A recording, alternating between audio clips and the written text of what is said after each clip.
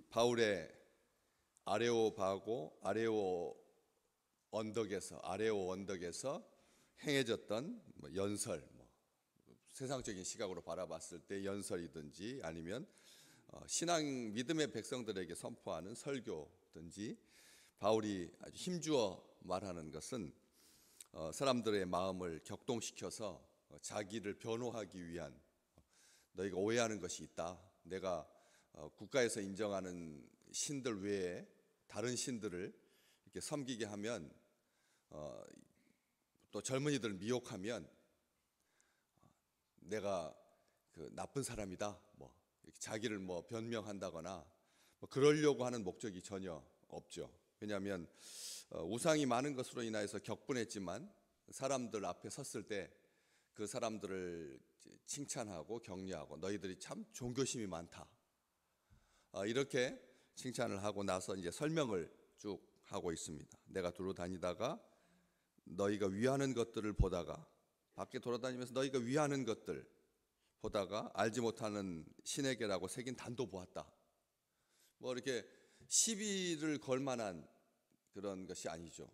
그렇지 않아요? 다 공식적인 우상 300개, 그리고 비공식적인 신들까지 다 우상을 포함하면 10,000개, 30,000개, 이렇게 이 전체 그 신들이 있어도 이 알지 못하는 신에게라고 하는 그 제단을 세워가지고 자기들의 불안을 감추고 있는 그런 속 사람을 좀 드러나게 하려고 하는 그런 목적을 가지고 이제 설명을 하고 있는데, 너희가 알지 못하고 위하는 그것을 내가 너희에게 알게 해주겠다라고 하면서 차근차근 천지의 주제이신 하나님에 대해서 이제 이렇게 넘어가는 것을 보게 됩니다. 서론이 긴 건 아니고 그렇게 복잡한 것도 아니죠.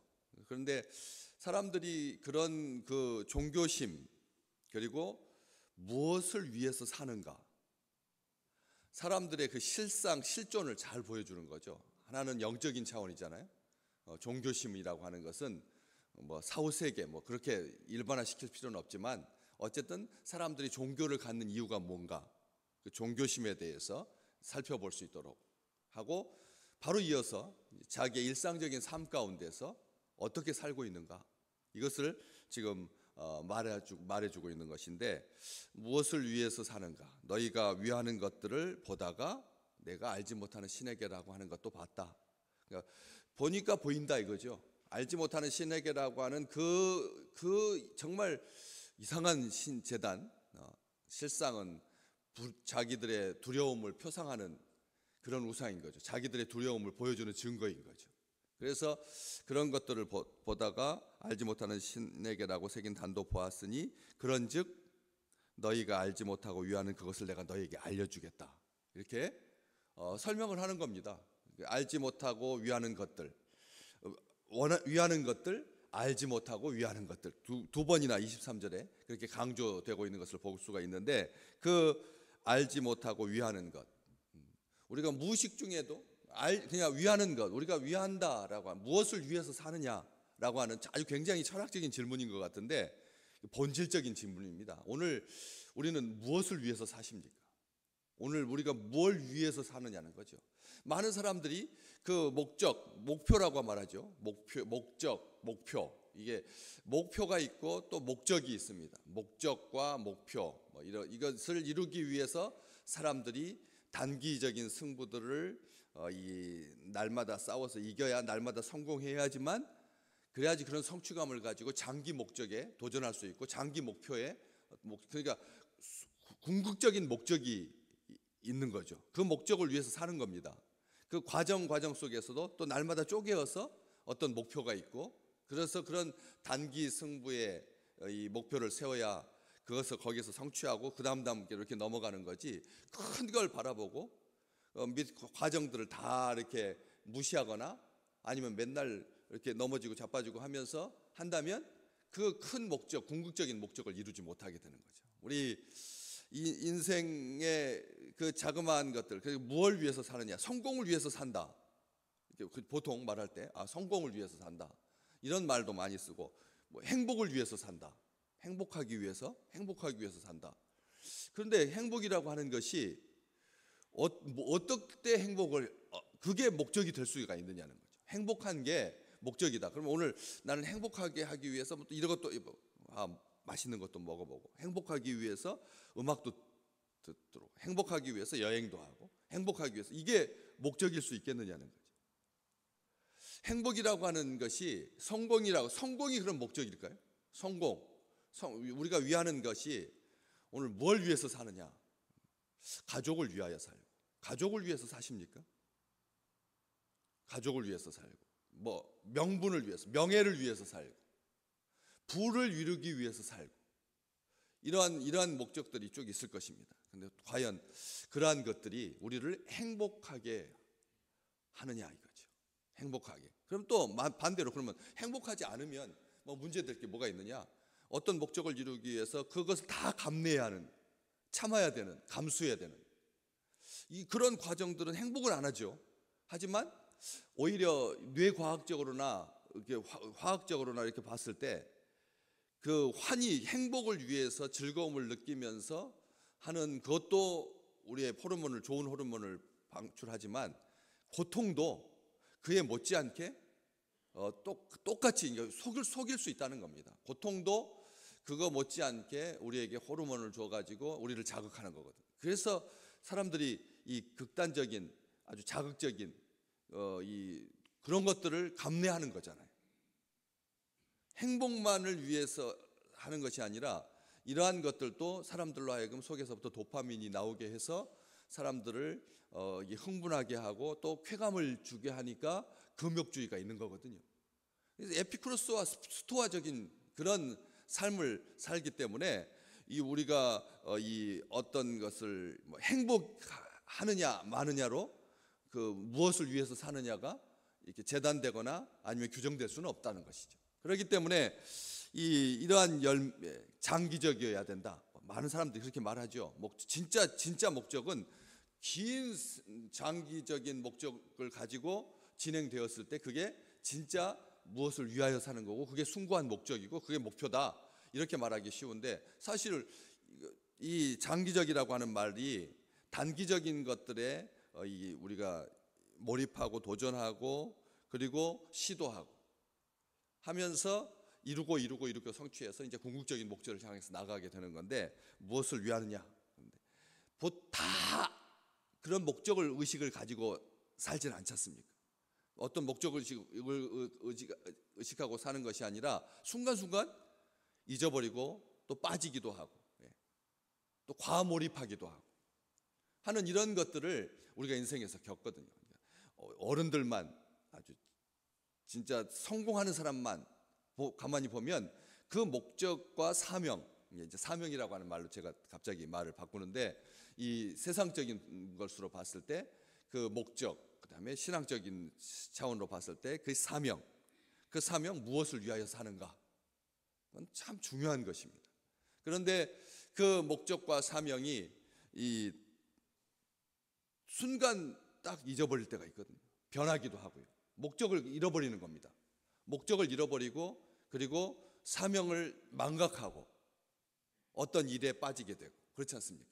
이게 모든 상황하고 상관없이 그 목적을 향해서 가는 것이 아니라 그 목적과 사명이 있음에도 불구하고 많은 사람들이 오해를 하는 거죠. 이번엔 그런 이야기들을 우리가 얼마나 많이 듣습니까? 정말 다음번 대통령감이었는데 그 중간에 막 황제 의전을 받다 보니까 자기가 이미 황제가 된 것처럼 해서 다른 사람들을 수단과 도구로, 목적이 처음에는 숭고했는데 그 사명이 분명했는데, 목표가 분명했는데 그게 빠지고 넘어지고 자빠지는 거예요. 그 순간 그렇게 된다는 거죠. 그렇기 때문에 중요한데, 무엇을 위해서 사느냐를 알고 산다라고 하는 것보다 정말 아름다운 것은 없습니다. 무엇을 정했든지 나는 이쪽 분야에서 정말 박사가 되겠다, 나는 이쪽 분야에서 내 인생에 정말 많은 인류를 위해서 공헌하겠다, 명분 다 좋습니다. 근데 가만히 보십시오. 독재자도 목표가 얼마나 분명합니까? 독재자가 얼마나 목표가 분명합니까? 국민을 위한다, 우리 국민을 위하여 이 나라 이 민족을 위하여. 명분이 거대하고 크고 굉장히 그렇지만 그걸로 인해서 다른 민족을 침략하고 그냥 큰 인류의 대비극을 야기했지 않습니까? 그렇기 때문에 독재자도 무엇을 위해서 삽니다. 다 어떤 무언가를 위해서 산다는 거죠. 알고 있느냐 그 목적이. 오늘 그걸 지금 바울은 말하고 싶은 겁니다. 너희가 알지 못하고 위하는 그것. 너희가 알지 못하고 위하는 그것. 모르고 있다는 우리가 그냥 알고도 그것을 사명을 위해서 목적을 위해서 살지만 알지 못하고 무언가를 위해서 열심을 내고 사는. 그런데 그게 정말 바보 같은 거라는 거죠. 제가 어제도 말씀드렸지만 밤새 애곡하고는 아침에 이제 해장국 먹고 다시 출근하기 위해서 가면서 누가 죽었어? 이렇게 묻는 거하고 똑같다고. 그런 어리석음을 범하기가 쉽다는 겁니다.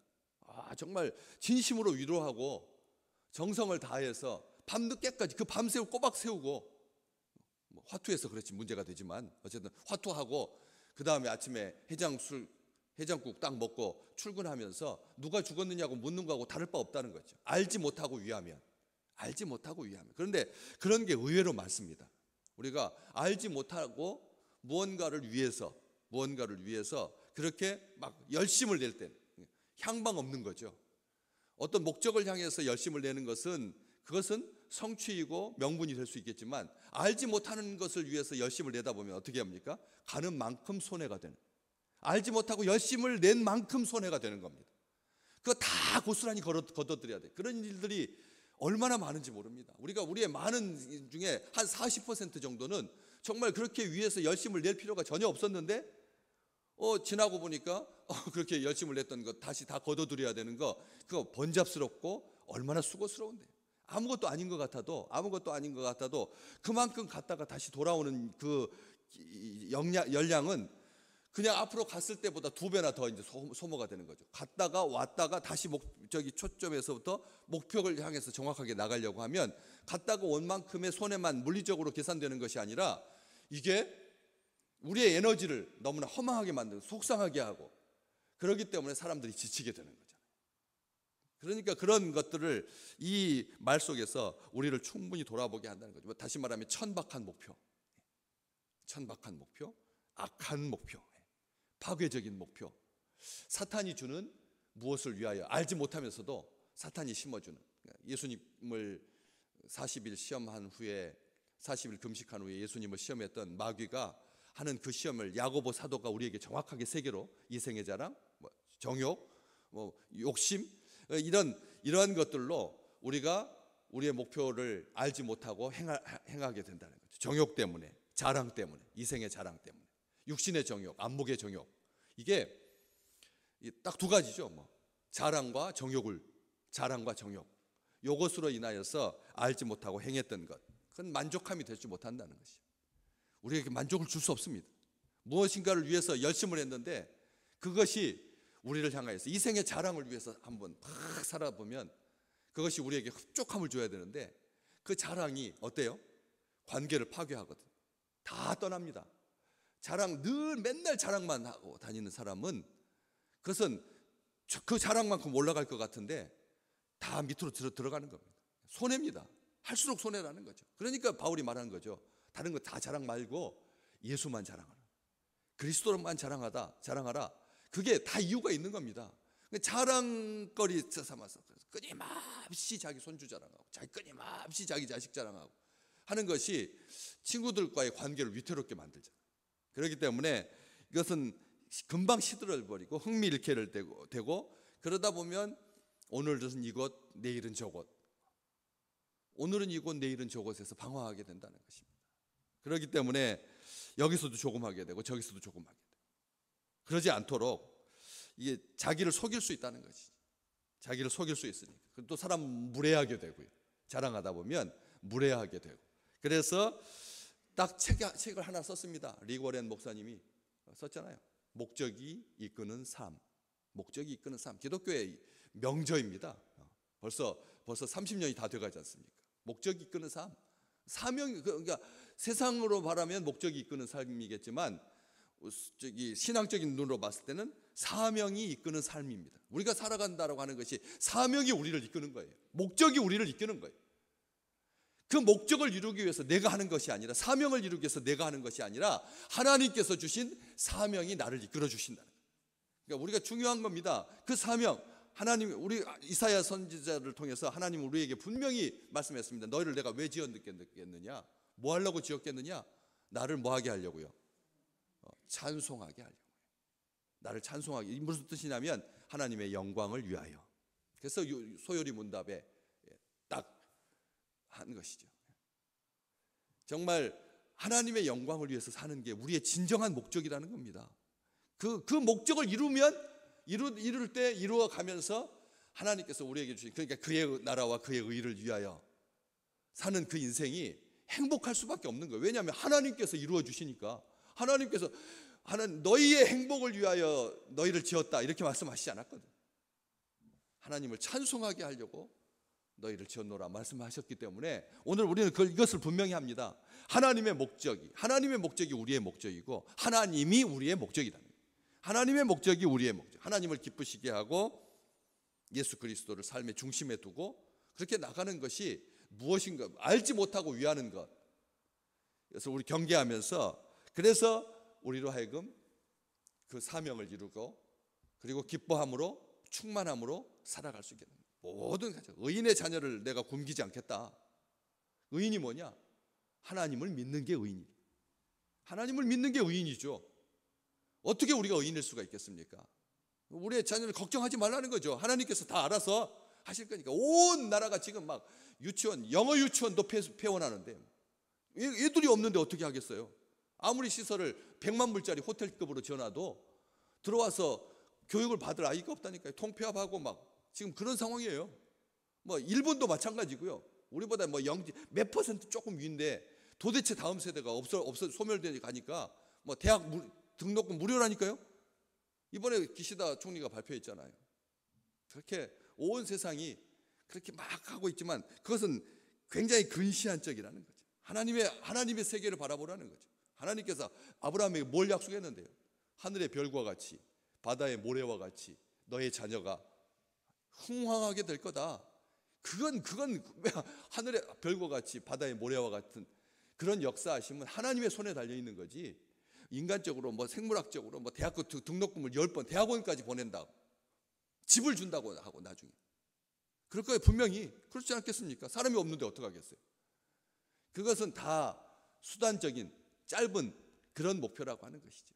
그래서 사도행전 13장, 여기 지금 우리가 17장 보고 계시는데 13장에서 바울이 비시디아 안디옥에서 그 회당에 들어가 가지고 했던 말, 다윗을 예로 들면서 이렇게 말합니다. 다윗은 그의 세대에 하나님의 목적을 위하여 섬겼노라.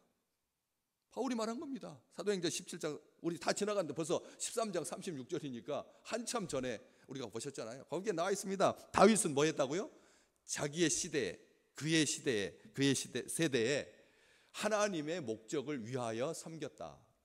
하나님의 목적을 위하여 섬겼다. 그러니까 하나님께서 그를 어떻게 생각하셨습니까?